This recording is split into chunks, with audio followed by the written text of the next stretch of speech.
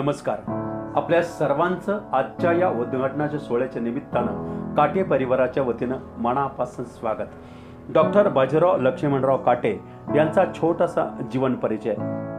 Doctor Bajirao Laxmanrao काटे देशमुख, जन्म 7 November 1912 साली पुणे येथे झाला. शिक्षण MBBS.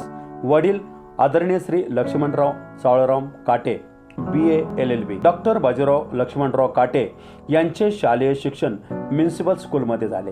उच्च शालेय शिक्षण नूतन मराठी विद्यालय व Shivaji Maratha school, inter science Fergusson college Pune येथे झाले. MBBS Grant medical college, JJ college Byculla, FRCS London इंग्लंडला त्यांचे सिलेक्शन झाले. 1943 साली कॉटेज हॉस्पिटल संगमनेर येथे मेडिकल ऑफिसर म्हणून त्यांची नेमणूक झाली.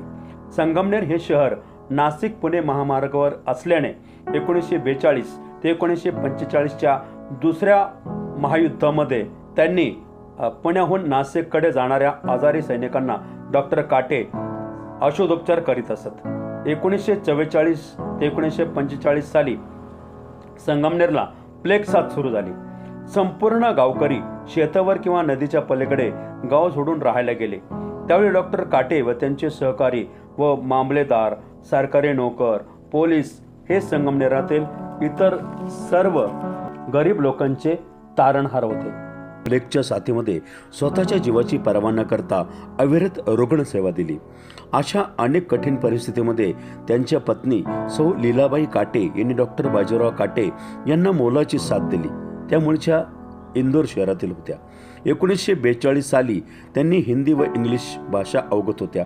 डॉक्टर बाजीराव काटेंच्या अविरत रुग्णसेवेमध्ये घरच्या जबाबदाऱ्या पेलून सौ लीलाबाई काटे यांनी त्यांना अनमोल अशी साथ दिली. असा हा त्यांचा छोटासा जीवन परिचय.